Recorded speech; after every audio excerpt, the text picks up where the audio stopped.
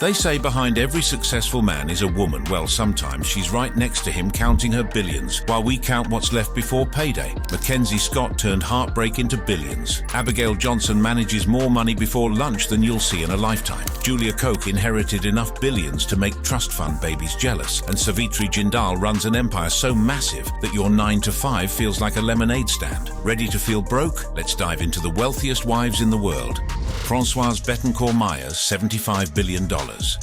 Françoise Bettencourt-Meyers, wife of Jean-Pierre Meyers and granddaughter of Eugene Schueller, isn't just married to money, she is money. She is a billionaire heiress to the L'Oreal throne and possessor of a net worth that dances around the $100 billion mark. That's not just monopoly money, that's buying a small country and renaming it after your favorite shade of lipstick kind of money. Her 33% stake in L'Oreal generates enough dividend income to make a Swiss banker sweat with envy. Born in 1953, Françoise didn't just inherit wealth, she inherited a legacy of chemical innovation thanks to Grandpa Eugene Schueller and boardroom battles thanks to, well, being part of the Bettencourt dynasty. She's authored books, proving she's as comfortable discussing biblical commentary as she is discussing the stock price of L'Oreal. Of course, dynastic wealth rarely comes drama-free, and the Bettencourt family feuds could put a primetime soap opera to shame. At the center of it all, the infamous legal battles involving François-Marie Bagnier, a €1.3 billion scandal that revolved around cash, art and insurance policies. That's billion with a B, the kind of money you don't just misplace under a couch cushion. Following her mother's passing in 2017, Françoise's coffers swelled, but it wasn't just passive inheritance. Smart investments and L'Oreal's robust performance fueled the surge. In 2023, L'Oreal's revenue hit €41 billion, proving that people will always pay for the promise of eternal youth, or at least fewer wrinkles. But she's not just hoarding wealth, she's making headlines for giving it away.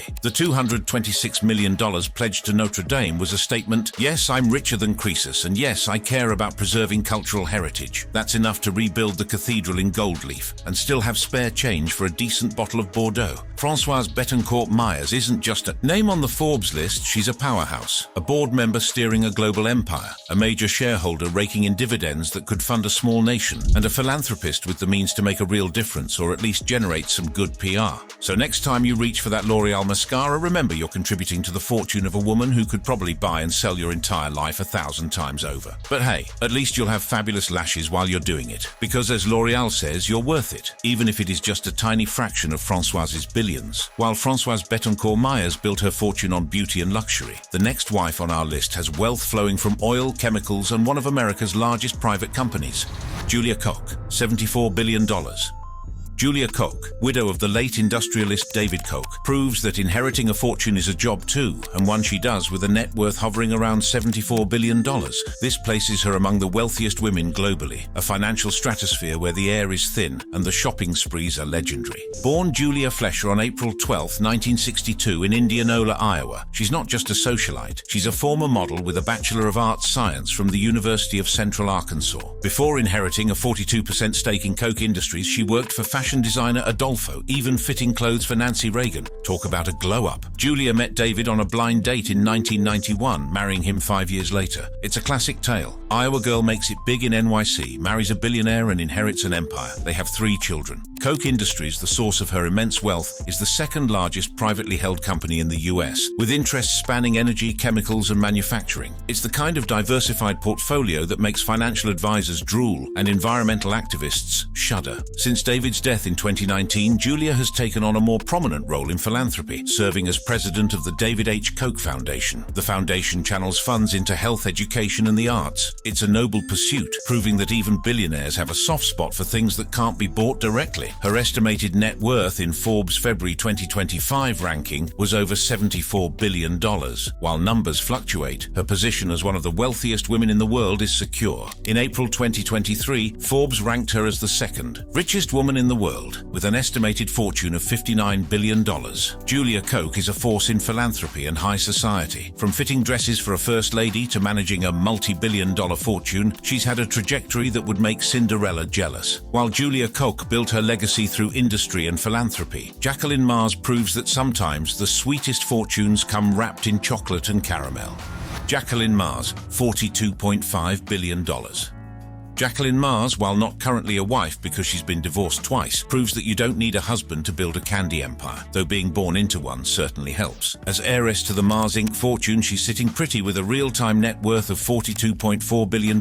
That's enough to buy approximately 84.8 billion Snickers bars, though we doubt even she could eat that many. Born October 10, 1939, Jacqueline is the granddaughter of Frank C. Mars, who started it all with some buttercream candies. One can only imagine the sugar rushes at family gatherings. She graduated from Bryn Mawr College with a degree in anthropology, which probably comes in handy when trying to understand the primal urges that drive people to consume mass quantities of chocolate. Jacqueline joined Mars Inc. in 1982 as Food Product Group President, a role that likely involved a lot of taste testing and strategic decisions about the perfect peanut to chocolate ratio. She retired in 2001, presumably to dedicate more time to philanthropic pursuits and equestrian activities, because when you're that rich, you need hobbies that are both meaningful and involve horses. While the Mars family is famously private, Jacqueline has stepped into the spotlight for philanthropic endeavors, supporting institutions like the Smithsonian National Museum of American History. It's a noble pursuit, proving that even candy heiresses have a soft spot for things that aren't made of sugar, though we suspect she still sneaks a Snickers bar every now and then. Her estimated net worth fluctuates depending on which index you consult. Bloomberg Billionaires Index estimated her net worth at $46.6 billion as of November 2023, while Forbes estimated her fortune at $38.3 billion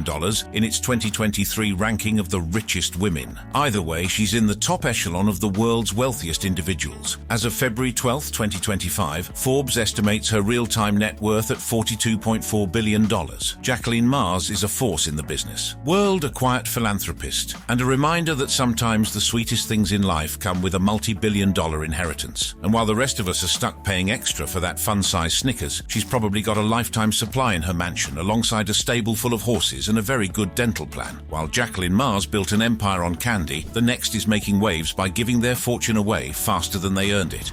Mackenzie Scott, $42.1 billion.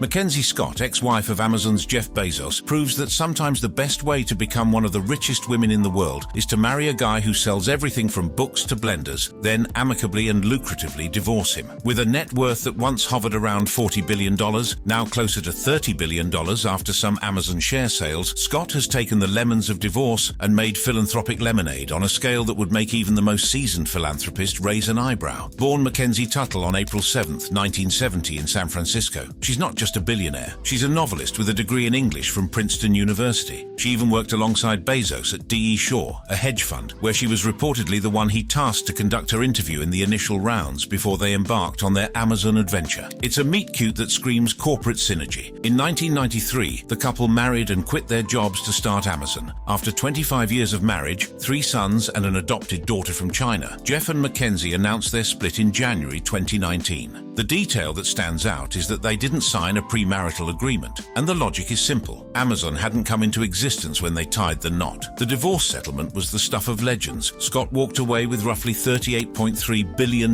in Amazon stock, which amounted to a 4% stake in the company. That's enough to make anyone's conscious uncoupling feel like a financial windfall. After parting ways with Jeff Bezos, Mackenzie Scott fell in love with a science teacher named Dan Jewett, and they got married in March 2021. It was shocking for everyone to see Mackenzie tying the knot with a science teacher who used to teach children at Seattle's Lakeside School. Unfortunately, after being together for a year, it was in September 2022 when Mackenzie filed for divorce, and in January 2023 she parted ways with Dan Jewett. But here's where the story takes an interesting turn. Scott has committed to giving away the majority of her wealth to charitable causes. Through her organization, Yield Giving, she has donated billions to various organizations. Mackenzie Scott is proving that sometimes the best revenge is living well and giving generously. She's rewriting the narrative of the divorced billionaire, one donation at a time. And while Elon Musk might have taken a jab at her philanthropic endeavors, Scott seems unfazed, continuing her mission to give away her fortune with the kind of zeal that makes the rest of us feel woefully inadequate. Moving forward, we have a billionaire who proves you don't need a husband to build an empire.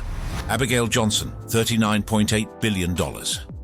Abigail Johnson proves that you don't need a husband to command a fortune that would make Croesus himself blush. She is married to Christopher J. McCown, co-founder and president of a healthcare information company. As the chairperson and CEO of Fidelity Investments, she's calling the shots on a $39.8 billion empire. Born on December 19, 1961, Abigail inherited good genes and a knack for finance. Her grandfather founded Fidelity Management and Research, so you could say she was born with a silver stock certificate in her mouth. She earned a bachelor's degree in art history because even billionaires need to appreciate a good Rembrandt. She then wisely got an MBA from Harvard Business School. Johnson started at Fidelity in the 1980s, working her way up from customer service. It's comforting to know that even the ultra-rich have to deal with angry customers at some point, though we suspect her complaints were a bit more nuanced. By 2014, she'd ascended to the CEO spot, taking over from her father. In 2016, she became chairman, giving her full control of Fidelity and its 45,000 employees. Her main source of income comes from Fidelity Investments. The Johnson family owns 49% of the company. Abigail has also brought Fidelity into the cryptocurrency game, enabling institutional investors to trade Bitcoin and Ethereum. Abigail Johnson shows that sometimes the best way to build a fortune is to inherit a good head for business and a family legacy that's already worth billions. And while the rest of us are struggling to balance our checkbooks, she's probably figuring out how to spend her next billion, all while married and with 2 children. While Abigail Johnson is shaping a financial empire, the next story shows how a woman built her fortune, with a mix of inheritance and business savvy.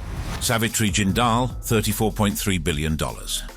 Savitri Jindal, widow of the late O.P. Jindal and chairperson emeritus of the O.P. Jindal Group, proves that sometimes the best way to climb the Forbes list is through a combination of inheritance, shrewd business acumen, and perhaps a little bit of steel, considering the family's core industry. As India's wealthiest woman, she commands a net worth of $34.3 billion, a figure that could make even the most seasoned Maharajas clutch their pearls. Born on March 20, 1950 in Tinsukia, Assam, Jindal wasn't always destined for the Forbes 50. She married O.P. Jindal in the 1970s, and while he built the Jindal Group into a steel and power conglomerate, she was busy raising a family and presumably learning the ins and outs of the business world. She eventually became the chairperson of the group after her husband's untimely death in a helicopter crash in 2005, a leadership transition that would make for a dramatic Bollywood script. The Jindal Group is a diversified conglomerate with interests in steel, power, cement, and infrastructure. It's the kind of portfolio that makes financial analysts drool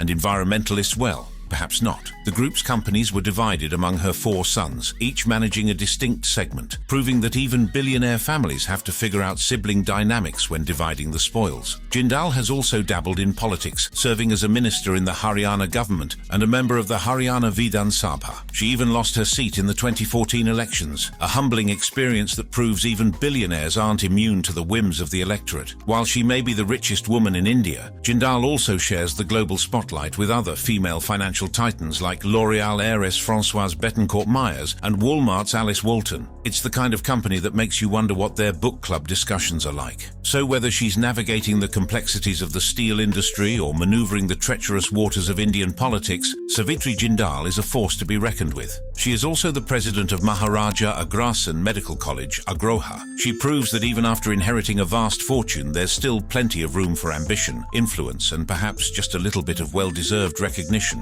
While Savitri Jindal is building her legacy, Miriam Adelson is keeping her late husband's empire and fortune thriving. Miriam Adelson, $32 billion. Miriam Adelson, widow of the late casino magnate Sheldon Adelson, proves that behind every great fortune there's a woman who inherited it and probably knows how to count cards better than most of us. As the wealthiest Israeli in the world, Miriam commands a cool $32 billion, a figure so large it could make even the most seasoned high roller question their life choices. Born Miriam Farbstein in 1945 in what was then mandatory Palestine to Holocaust survivor parents, she's not your average housewife of Las Vegas type. She earned a Bachelor of Science in microbiology and genetics from the Hebrew University of Jerusalem and a medical degree from Tel Aviv University's Sackler Medical School. Before becoming a casino queen, she was a chief internist in an emergency room at Tel Aviv's Rokash Hospital. Talk about a career change from saving lives to counting chips. Miriam met Sheldon in 1989 at Rockefeller University while she was specializing in drug addiction. Apparently, even billionaires need love, or at least someone to share their gambling empire with and maybe offer some medical advice after a particularly rough night at the tables. They married in 1991. The Adelsons were major players in Republican politics, donating sums that could make a seasoned lobbyist blush. Miriam served as a finance vice chair for Donald Trump's inauguration. They donated $75 million to Trump's failed re-election bid, which is either a testament to their political convictions or the most expensive lost bet in history. Trump awarded her the Presidential Medal of Freedom, proving that even presidents appreciate a generous donor, especially one who might need a casino built on Mars someday. After Sheldon died in 2021, Miriam took the reins of his empire, becoming the majority shareholder of Las Vegas Sands. She also owns the Israel Hayom newspaper, and with her family, the Las Vegas Review-Journal. Because what's a fortune without a little media influence? It's like owning all the hotels in Monopoly and then buying the newspaper to write glowing reviews. She is also the majority owner of the Dallas Mavericks basketball team with her son-in-law Patrick Dumont. Miriam Adelson isn't just sitting on her billions. Through the Adelson Foundation, she and Sheldon contributed hundreds of millions to Jewish and Israeli causes. Because when you're that rich, you can afford to be philanthropic or at least improve your public image. The Adelsons have collected approximately $10 billion in Sands dividends and even staved off bankruptcy for the company in 2008 by contributing $1 billion. So whether she's saving souls from addiction or influencing presidential elections, Miriam Adelson is a force to be reckoned with. She proves that money can't buy happiness, but it can buy a lot of other things, including political influence, media empires, the Dallas Mavericks, and maybe even a slightly better chance of winning at blackjack. While Miriam Adelson continues to shape her empire, next we have Iris Fontbonner, who turned a strong marriage into a powerful dynasty.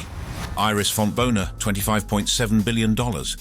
Iris Fontbonner, while now a widow, proves that marrying well can set you up for a lifetime of financial success, though she's far more than just a wife. As the matriarch of the Luksic family and controller of a Chilean empire, she wields a fortune estimated at around $25.7 billion.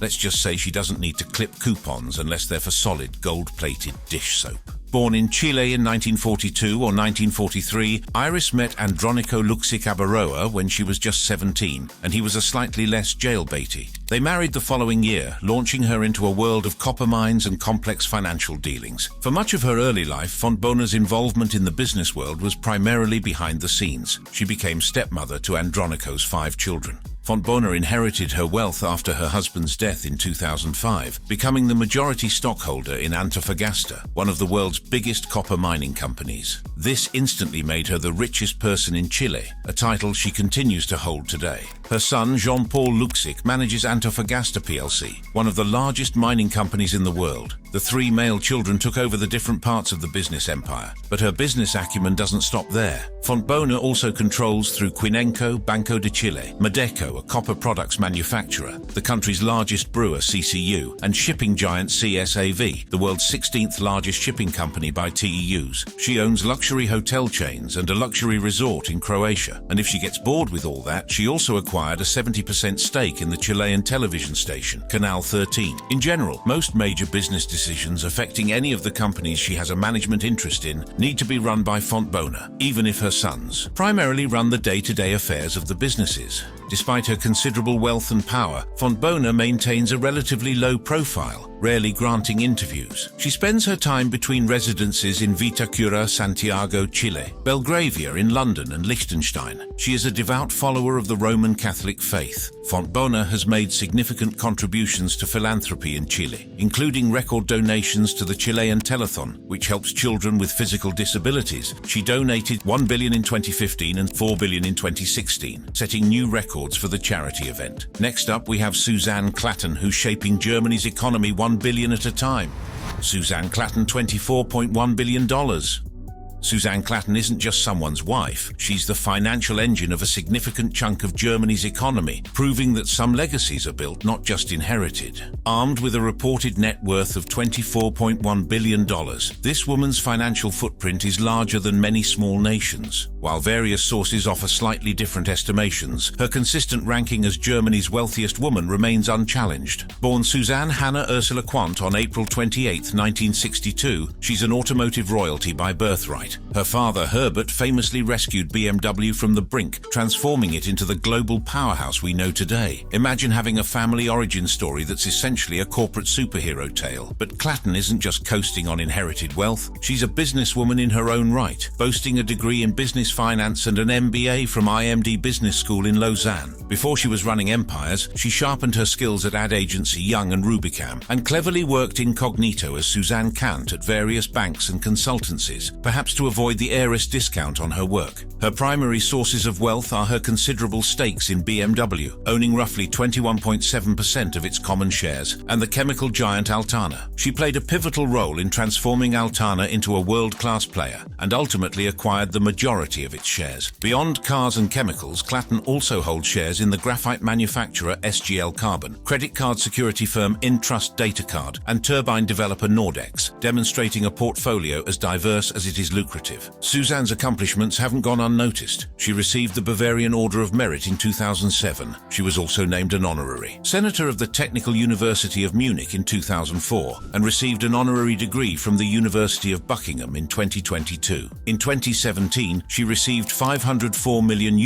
for her 20.9% of the shares. Despite her public profile, Clatton values her privacy. Her life hasn't been without drama, including a high-profile blackmail attempt in 2007. Suzanne Clatton is a powerful force in the business world, a reminder that intelligence, determination, and a solid foundation can pave the way to unprecedented success. While many dream of winning the lottery, she embodies a reality where inherited wealth is just the starting line, not the finish. Following Suzanne, next we have Queen Rania Al Abdullah, whose royal influence extends far beyond the palace. Rania Al Abdullah, $750 million. Queen Rania Al Abdullah, wife of King Abdullah II of Jordan, proves that being a royal is a lucrative gig, though perhaps not quite as lucrative as some headlines suggest, unless your side hustle involves turning sand into gold. While some sources credit her with a combined net worth of $750 million with her husband, other reports estimate her personal wealth to be around $35 million. Let's just say she's comfortable, even if she's not personally funding Jordan's GDP. At least she won't be clipping coupons anytime soon. Born Rania Al Yassin in Kuwait to Palestinian parents on August 31, 1970, she's not just a pretty face in a tiara. She's a tech-savvy royal who knows her way around a spreadsheet. Before marrying into royalty, she worked in marketing at Citibank and later at Apple in Amman. Talk about a career upgrade. She met Prince Abdullah bin Al Hussein at a dinner party in January 1993 and married 6 months later. It was a whirlwind romance that culminated in a lifetime of royal duties and designer wardrobes. Since ascending to the throne in 1999, Queen Rania has become a global icon, known for her humanitarian work, advocacy for education, and impeccable style. She champions progressive causes in education, women's empowerment, and youth development, proving that you can wear a tiara and still be a force for good. The Jordanian monarchy's finances are shrouded in a certain amount of mystery, but a peek behind the curtain came with the Pandora Papers leak in 2021, which revealed that King Abdullah and Queen Rania own at least $140 million worth of real estate around the world. This includes 3 oceanfront estates in Malibu, California, as well as properties in London, Ascot, and Washington, D.C., because even royals need a vacation home or 3 to escape the rigors of, well, being royal. However, it is important to consider that around a quarter of Jordan's population lives in poverty, so perhaps those oceanfront estates come with a side of slightly awkward optics. She has received numerous awards, such as a Life Achievement Award from the International Osteoporosis Foundation, because strong bones are essential for wearing heavy jewels. In 2008, she received the very first YouTube Visionary Award, proving she was a trendsetter before TikTok was even a twinkle in Zuckerberg's eye. Whether she's hobnobbing with world leaders or championing the rights of Jordanian youth, Queen Rania has carved out a role for herself as a modern, forward-thinking royal. And while the exact size of her personal fortune may be debated, one thing is clear: she's living a life that most of us can only dream of, all while trying to make the world a slightly better place. And if that's not a winning combination, what is? Last but certainly not least, we have Queen Saleha, whose royal life is a dazzling spectacle of wealth and power. Queen Saleha. Queen Saleha, wife of Sultan Hassan al-Bolkiah of Brunei, isn't just married to royalty. She's practically royalty incarnate, swimming in a sea of jewels and presiding over a lifestyle that makes rich look like a euphemism for slightly comfortable. While pinpointing her individual net worth is trickier than balancing a tiara on a unicycle, her access to the Sultan's estimated $30 billion fortune ensures a life of unparalleled luxury. Born Pengiran Anak Saleha on March 27, 1946, she's a first cousin of the Sultan, proving revealing that in Brunei, keeping it in the family is more than just a suggestion. After her husband became Sultan, she became the Raja Isteri, Queen Consort, succeeding her mother-in-law. Living in Istana Nurul Iman, the Sultan's palace, Saleha enjoys the perks of a residence boasting 1,788 rooms, 257 bathrooms, and a banquet hall that could comfortably seat a small nation. The palace itself is estimated to be worth $1.4 billion, decked out with gold, marble, and enough chandeliers to make Liberace blush. The palace can hold 1,500 people in its mosque, has a stable for 200 polo ponies, and even a Renoir painting the Sultan bought for $70 million in the 1980s. When his friends thought the house might be too over the top, he just built another one. While the Sultan's lavish spending habits, including a car collection of over 7,000 luxury vehicles, including 600 Rolls-Royce, are legendary, Queen Saleha maintains a sense of quiet dignity, even as she likely has a walk-in closet larger than most apartments. As polygamy is permitted in Brunei, Saleha remains the Queen Consort. It's not all about tiaras and tea parties, though. Queen Saleha is known for her involvement in charitable causes, particularly those related to women and children's welfare. She is also known for her strategic investments. So, while we may never know the precise extent of Queen Saleha's personal fortune, it's safe to say she's doing all right. She embodies a life of unimaginable luxury, balanced with a sense of royal responsibility. And as long as Brunei's oil keeps flowing, Queen Saleha's reign of elegance is unlikely to face any budget cuts anytime soon. This was all about the richest wives in the world. Thanks for tuning in. If you enjoy our content, our newest videos are just a click away.